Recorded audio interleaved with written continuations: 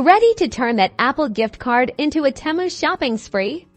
Let's find out if it's possible and explore some alternatives. First off, the big question, can you directly use your Apple gift card to pay on Temu? Unfortunately, the short answer is no. Temu's payment system doesn't currently support direct redemption of Apple gift cards.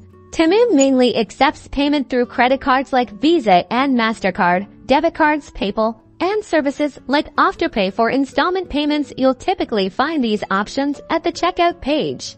But don't lose hope. Here's a workaround. If you have an Apple account balance from redeeming your gift card, you can use that balance to purchase digital gift cards to stores that Temu accepts as payment. For instance, check your Apple App Store, find gift cards such as PayPal gift card using your existing Apple account balance, which you can then use on Temu.